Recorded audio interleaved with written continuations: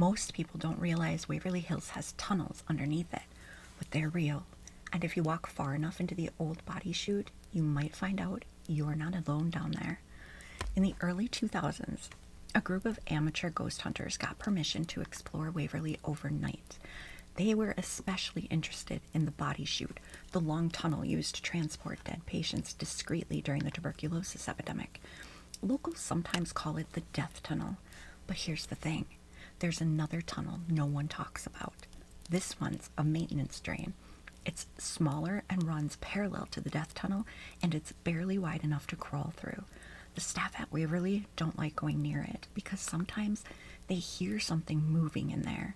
The ghost hunters, of course, wanted to try it, so one of them, a guy named Kyle, volunteered to crawl partway in while his friends stayed near the entrance.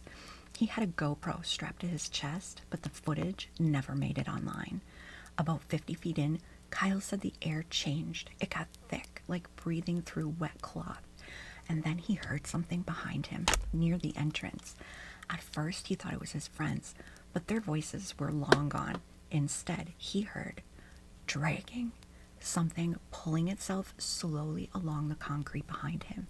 When he pointed his light back toward the entrance, no one was there, but the dragging sound didn't stop. It moved closer. Kyle panicked and tried to crawl backwards, but he said his legs wouldn't work right, like the tunnel was pressing down on him. The last thing he remembers before blacking out was seeing something just beyond the flashlight's reach. Not a ghost, not a person, just a shape, low to the ground, pale and wet, with something sharp scraping the tunnel wall. When the team found him, he was unconscious near the mouth of the drain tunnel, covered in shallow scratches. He wouldn't talk about what he saw for weeks. When he finally did, he said it wasn't a spirit, it was something else, something alive, or at least pretending to be. Whatever Kyle saw that night, it didn't follow him out of the tunnel. It never does. It just waits down there for the next person who thinks crawling into the dark is a good idea. The tunnel's not the only place the dead are still waiting. Follow to hear about the morgue.